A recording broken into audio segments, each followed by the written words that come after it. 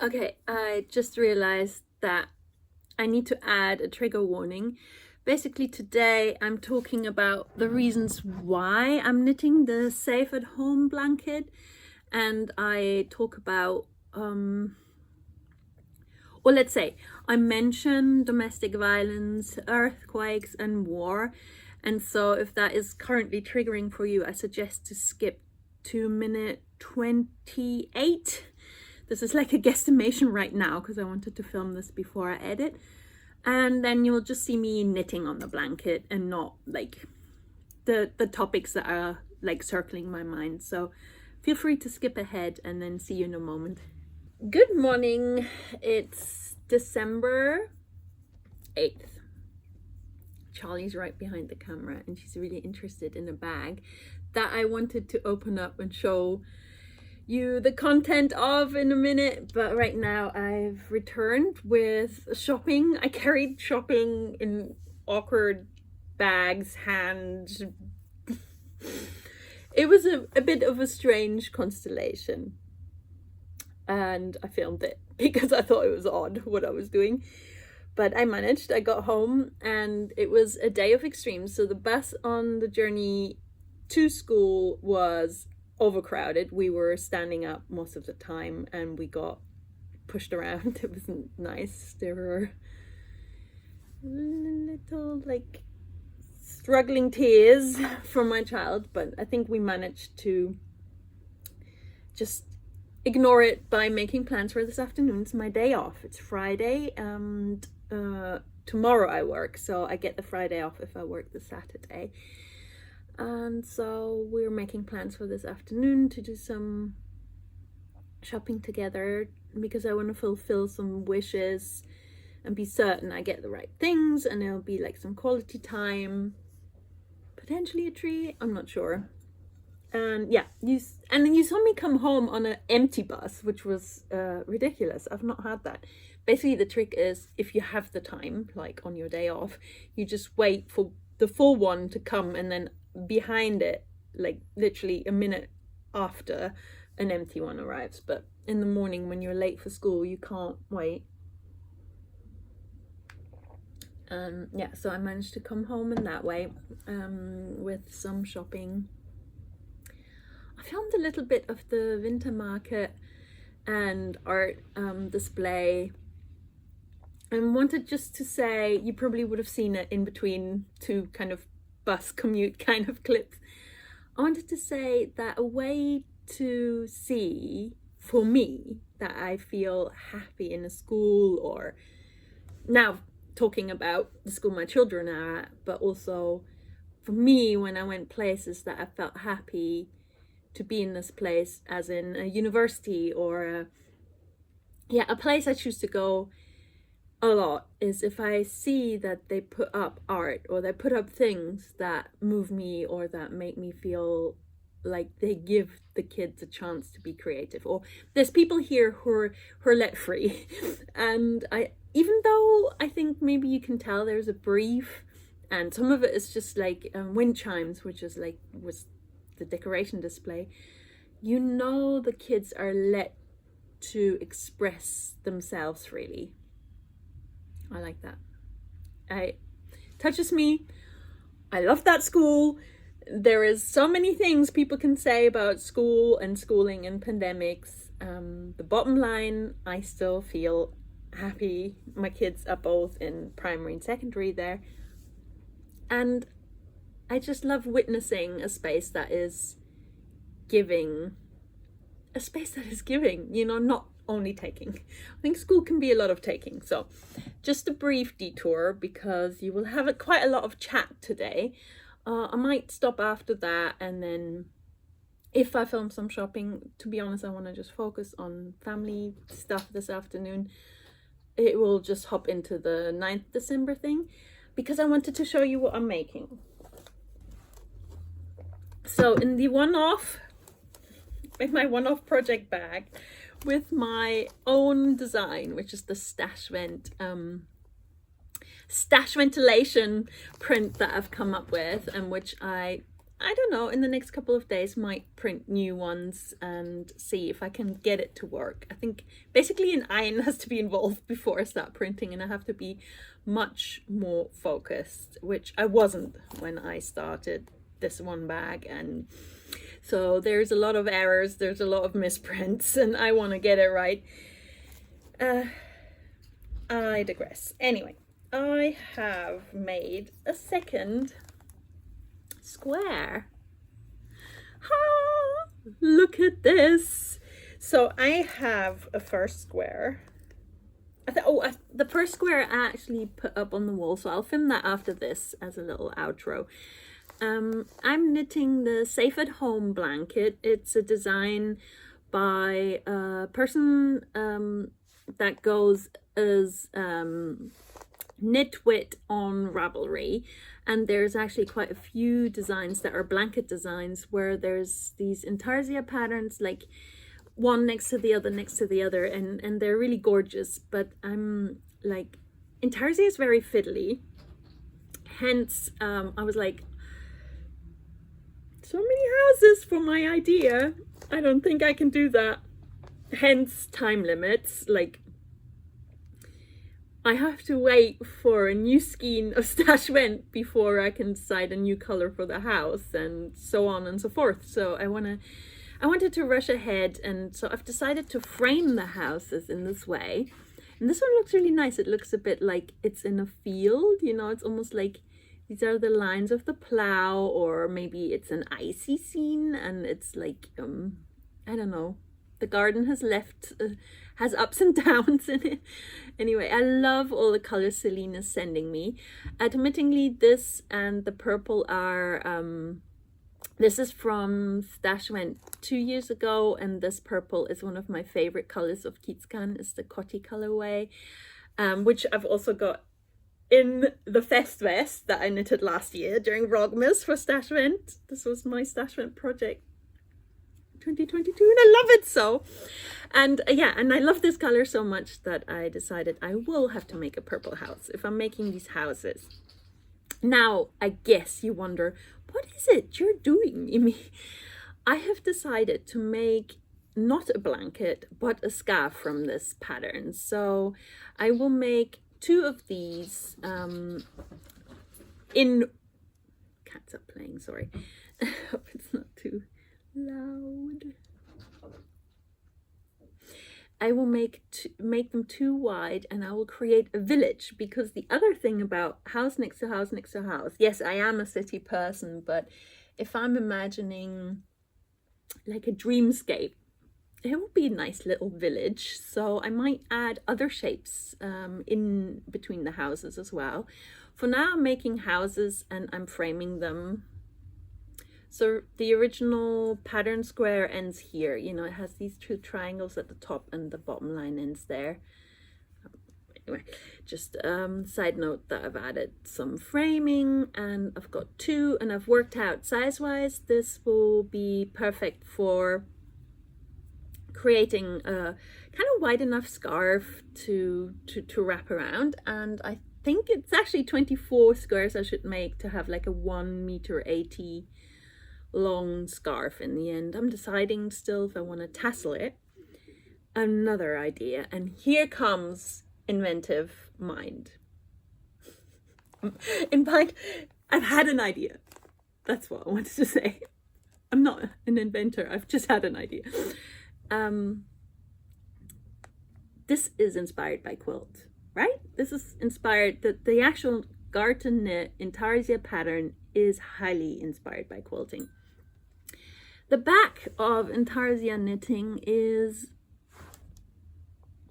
leaves a little, oh god, that iron is doing my head in. I'm gonna take that down. This back leaves, it's not pretty. It's not pretty. It leaves, what do you say? I don't know the expression. It leaves a lot to be demanded for. Oh, anyway, there's a nice English expression that will express that you don't want to wear a scarf with this, actually. And I was highly inspired by Close Knit, the book by Laker Bagger that Celine also gifted me as my 30th November present. And I'm just nodding, like, yeah, I might be darning in some of the kind of end bits here, especially because I'm sewing these gaps I'm sewing, but you know, I'm not gonna be darning in ends. So my idea is, and I've already asked and it's gonna work, to make a sock tube on my amazing friend Nora's sock tube machine in the studio next week, the week after, at some point during vlogmas. I can go there, and then I will stick the sock tube, and then I will sew it on almost like a quilt backing. So I'm actually going back to the roots. I'm quilting a scarf, and so I will have to crochet, stabilize, I think, the sock tube that I've cut, and then I will, you know, have like I will have a sewing edge here that I have to try and get as neat as possible because I'm a bloody perfectionist, but it will be a project. And then also I will, you know, close those, and I might have points where I will quilt it, like with little, you know, maybe neon ties or something, and then maybe those neon things will become the tassels at the end. Oh, and I think the scarf will be this way around, so 2 houses wide, and so that when you put it up, you basically have like a village scenery. So this is what it looks like. I might make a drawing to inform this in a kind of more drawn way in the next couple of days, but yeah, that's the plan. The pattern is called Safe at Home, and I'm like, it's a topic that's really close to my heart and continuously current. It kind of started with the times of Corona and the pandemic and people being in lockdown, being home. I started to understand and reflect much more that there are some people's lives which mean they're not safe at home, and that you know, it was really kind of like it's been a process to reflect that I do want every person to be safe at home. So it started in the pandemic, that I was worried about how some people's homes weren't safe. If you consider gender-based violence, for example, and like the stress of lockdown, and like the safety issues surrounding that, and then it, you know, it kind of continued into the worries, like of and reflecting that there's many people who are fleeing their home because of not feeling safe in their homes anymore, and making this big shift, for example, crossing the Mediterranean in like these dingy boats, and with all the pushbacks, with all the crap that goes on, and to give up home to try and find safety elsewhere is a massive step, and it's something that I feel really strongly is like a human right, and people should build bridges, and there should be safe passage across the Mediterranean and continuously across the borders of Europe. Like, I don't know, when I listen to British news, which I do because I listen to British radio, I find it really populistic and to an extreme how exactly this kind of like crossing the border with just the English Channel, you know, how that is made to sound like illegal activity. It's not a crime. It's like seeking safety and then seeking a new shelter, a new home. Seeking a safe home elsewhere is, you know, a right people should have. And obviously the next chapter in that worry was when there was all the, early on this year, there were all the earthquakes, and actually quite a lot of my friends have been severely affected and have lost many relatives due to earthquakes in the kind of Kurdish, Turkish regions. There is a number, but I feel awful like reporting like this, but in my garden community, basically lots of people have lost lots of family, and it's extreme to think that these houses were built and, you know, were meant to be safe, but they aren't safe. They weren't safe at home, and safety in home in those in that region is still like, it's really precarious if you consider what the Turkish government is doing to. It's horrible, and it continues to be a place where there is a precarious life. And so I'm kind of trying to think of all these places, as much as I'm obviously, like all of us, affected by what has happened to people in communities that were feeling safe, like a kibbutz in Israel, and also people now in Palestine who are, you know, also not safe at home anymore because of a war in effect to this. You know, there's like, safety in home is a big thing, and it's a big thing that all humans have a right to, and it continues to make me upset because I guess all of us, and I'm trying to make safe places, and I want to make sure that also my Jewish friends feel safe in this space, because especially in Germany, anti-Semitism has had a huge flare up, and it had never gone away.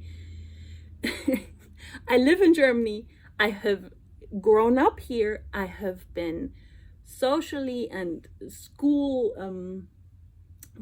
educated in the history of what it means, or what it still means to be Jewish in Germany. And I'm just very, very aware that safety and being safe at home is a huge thing that's precarious continuously for many people in many places in this world in different ways. And the privilege to have a safe home and be here and provide a safe home for my family, however chaotic and creative and mad this place is, with like ironing things here, I am at the utmost privilege to not feel unsafe in ways like my Jewish friends currently feel unsafe in Berlin, or also how unsafe people are who are living in a war zone, you know, or who are living in a region that will repeatedly be hit by earthquakes and will have to deal with the trauma, the grief, plus the rebuilding and bombardment by the Turkish government.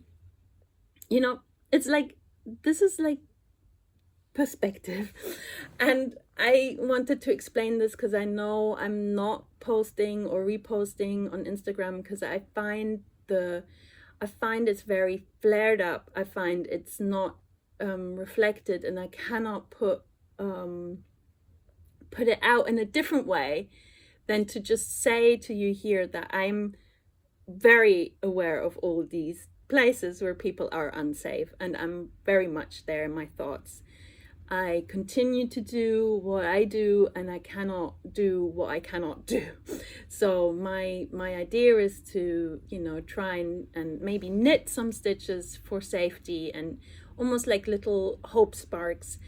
I'm not religious at all, but I know that there's many beliefs in this world that all have the equal right to their existence, to their beliefs, and that are strongly rooted within people, but also create community. My community is a different one. I want to have, like, my community tries to be aware of this, but tries to build up a different safe space. And I really do hope that it's safe to say, you know, we care and we make things from our heart for others. And something like the Stashwent swap was kind of a way of express and learn about someone you might not have met before, and express your care for them even without having met, you know. Just like, that is the good thing of the internet and the community, that through this online platform we've met, we've connected, and we can have like a safe place where we can do an anti-capitalist thing, where we go through things that we have maybe yes, we've bought a present, maybe yes, we had to spend money on the shipping and all of these things, but that is because we're all in the system of capitalism, which we cannot escape. But we've kind of shared a moment of care. And yeah, so for me, the Stash Went Safe at Home project is like, it is like the continuation of that. This is a very long explanation. I have not put out a long vlogmas like this at all this time. And it feels like maybe I didn't put it right in some places and a bit waffly, but I'm gonna just put it here because that's me. And I hope it is explained enough, because I also, you know, feel really strongly that the safety of like my Muslim neighbors and my Jewish neighbors and my elderly neighbors and the children in this community, plus all of that worldwide, really matter to me. I really do want people to be able to feel safe at home. And I'm also grieving and traumatized by the fact that this isn't true. It isn't true for everyone. Not everyone is safe at home. So we need to, you know, focus on pulling away at where we can do this. There's ways we can be active that are not reproducing brutalities and kind of aggressiveness in the social media realm. Like, there's ways we are making change already, and we will have to continue to make change by the looks of it, and by the knowledge of living in a capitalist, patriarchal, white supremacist system that, you know, will only fall if people understand kind of where they're pulling at it. And yeah, I don't understand fully where I'm pulling at it. I know I have many ways where I try and pull at it, but I know the garden matters to me, so I need to take you there. I need to show you, because I know I don't report much about gardening in winter, but I will take you there. I know that community matters to me, and their grief is important to me, their protection is important to me, so that is where I'm invested. I'm invested in the kind of literally swap ideas, in the making alongside each other and creating things for, you know, young people. And I'm invested in supporting NGOs like Sea-Watch Crew, which, you know, yeah, I have got the Sea-Watch pin, and all profits go to that charity. So that is a charity that is out with vessels in the Mediterranean, and they have 2 airplanes that actually, you know, circle and find out moments when there's precarious situations and try and get boats to save refugees out at sea in the Mediterranean, where many people have died already, again this year. And the European governments are just shutting down borders and actually funding the wrong side. So it depends on the people to fund this. So I'm really glad I managed to collect 500 euros, so I can donate 500 euros this Christmas. I still have the Sea-Watch pin in my Etsy shop, so I will, you know, maybe by next year be able to donate another 1,000. So that is, you know, small, 1 pin at a time, 10 euro at a time. And then I obviously deduct what it costs me to produce them and the little card that they're pinned on, but the rest, so that's around €7.50 per pin, I can donate. Yeah, thank you for listening to me.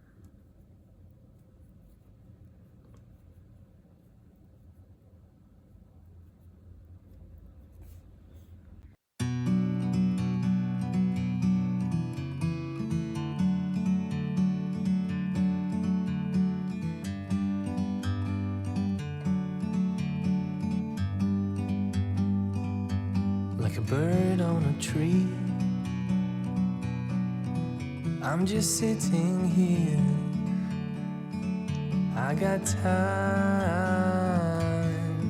it's clear to see. From up here, the world seems small. We can sit together. It's so beautiful, you and me,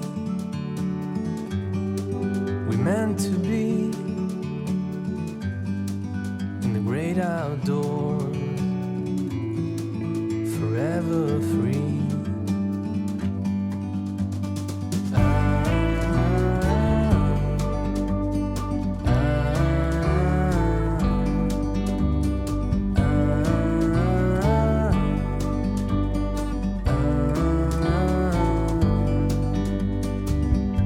Sometimes you need to go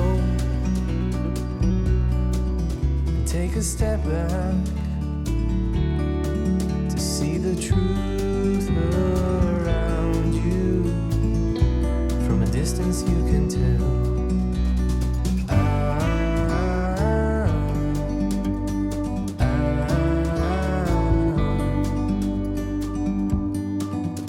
You and me were meant to be in the great outdoors, forever free.